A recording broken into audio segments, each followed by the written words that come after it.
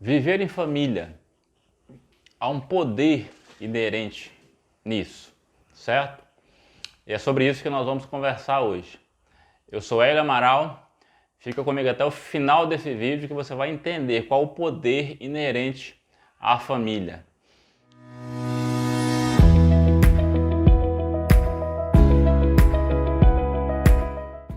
O Salmo 133 é um salmo pequeno, mas é um salmo assim de um conteúdo muito profundo. É sobre ele que eu quero compartilhar contigo hoje.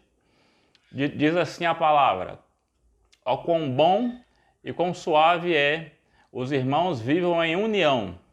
É como óleo precioso sobre a cabeça, que desce sobre a barba de Arão, e que desce as orlas das suas vestes. Como o orvalho de Hermon, e como que desce sobre os montes de Sião, porque ali o Senhor ordena a bênção e a vida para sempre.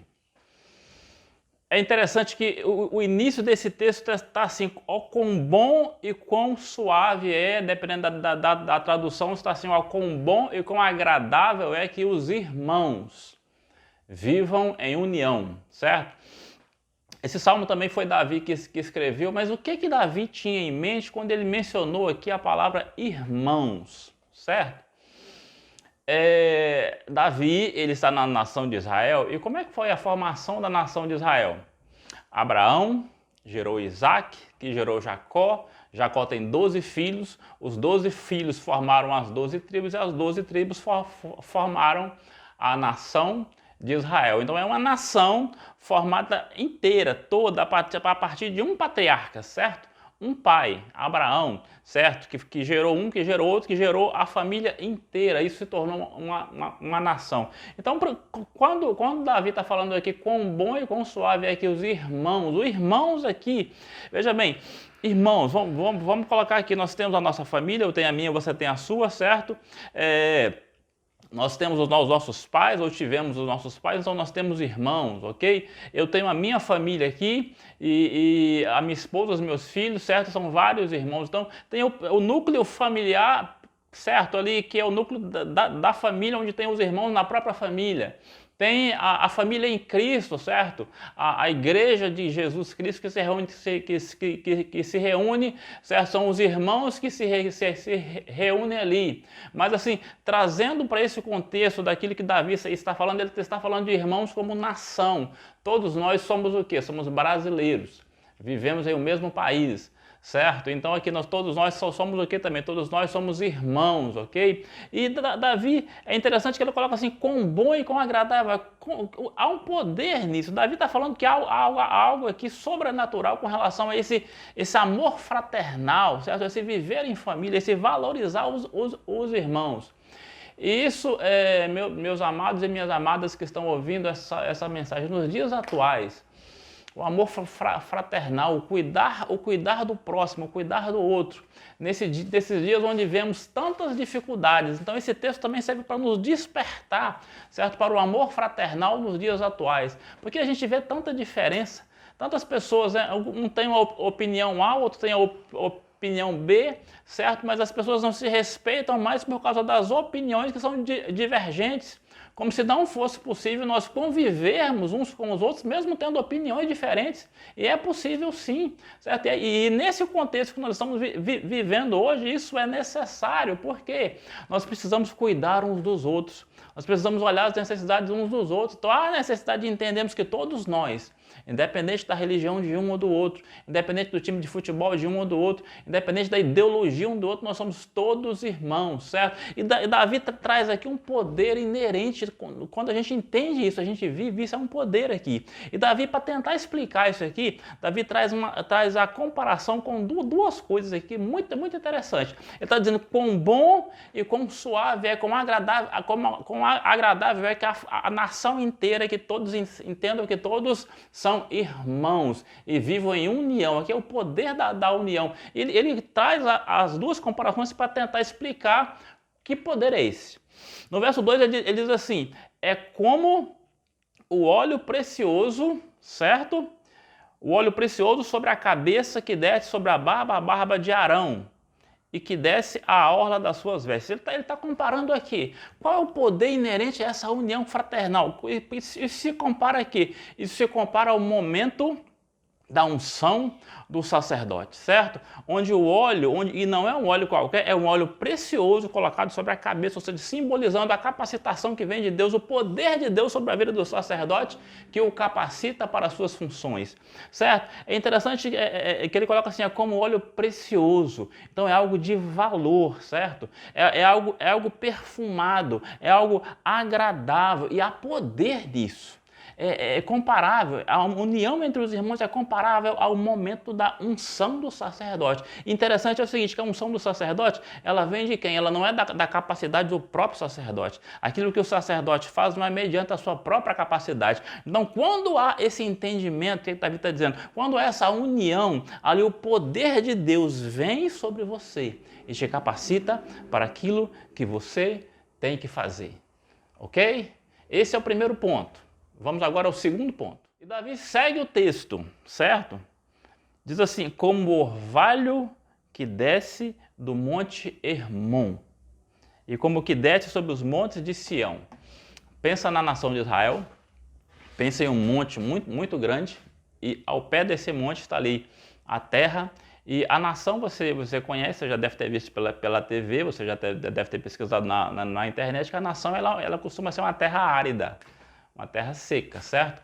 Mas o orvalho que desce sobre esse monte, eu estava pesquisando alguma coisa a respeito e eu li que pessoas acampando ao pé desse monte, certo? Chegando no dia seguinte pela manhã, quando eles olharam em cima das barracas, é como se tivesse chovido, certo? Tamanho a quantidade de água que havia ali. Então é um orvalho que desce e ele bate na montanha, ele escorre certo abaixo, ele irriga toda a terra embaixo. Então aquilo que era árido passa a se tornar o quê? Fértil, certo? O que Davi está colocando aqui? Há um poder, primeiro, há um poder inerente na união entre os irmãos. Há um poder inerente no convívio familiar. E isso é, primeiro, comparado, certo, à unção do sacerdote. Comparado a algo valioso, e há poder nisso. Segundo, é comparado ao momento em que Deus, olha só, vem do alto. O orvalho vem de cima, bate na montanha e desce, certo? E torna a terra frutífera, certo? E se a terra é frutífera, ali há o quê? Ali há a provisão, ali há mantimento. Se há mantimento, há vida, certo? Se há vida, há alegria. Certo? Se há provisão e há vida, também há paz. Então, o que ele está dizendo? Há um poder inerente, certo? Quando nós entendemos o que é família, e não apenas o nosso núcleo familiar que nós vivemos em casa, os irmãos da igreja, os irmãos da nação. Então, quando nós entendemos isso, esse amor fraternal, que nós temos que cuidar um dos outros, o poder de Deus vem sobre as nossas vidas e a provisão também é trazida por Deus. O detalhe aqui é o seguinte: no final do versículo diz assim, ó, como o orvalho de Hermon e como que desce sobre os montes de Sião, porque ali o Senhor ordena a bênção. O detalhe aqui está na palavra ordena, certo? Olha só que interessante, ordena. Aqui eu me lembro de algo interessante. Elias, certo? Quando ele enfrenta ali os profetas de Baal, recebe da rainha uma palavra e ele foge dali, certo? E o Senhor diz para ele o seguinte: vá ao ribeiro de Querite, que eu ordenarei aos corvos que te alimentem. Ele vai para ali, certo? Fica no ribeiro, toma água do ribeiro, os corvos trazem alimento para ele, ele fica ali durante um tempo se alimentando, certo? Só que o ribeiro seca. Quando o ribeiro seca, o Senhor fala para ele: vá até Serepta, porque lá eu ordenei a uma viúva que te sustente. Olha só que interessante, presta atenção nisso, certo? Ao profeta, Deus deu uma palavra: saia daí e vá para determinado lugar. Certo? 2 vezes ele disse isso. Ao profeta ele disse uma palavra. Para mim e para você, Deus também dá o quê? Deus dá uma palavra, certo?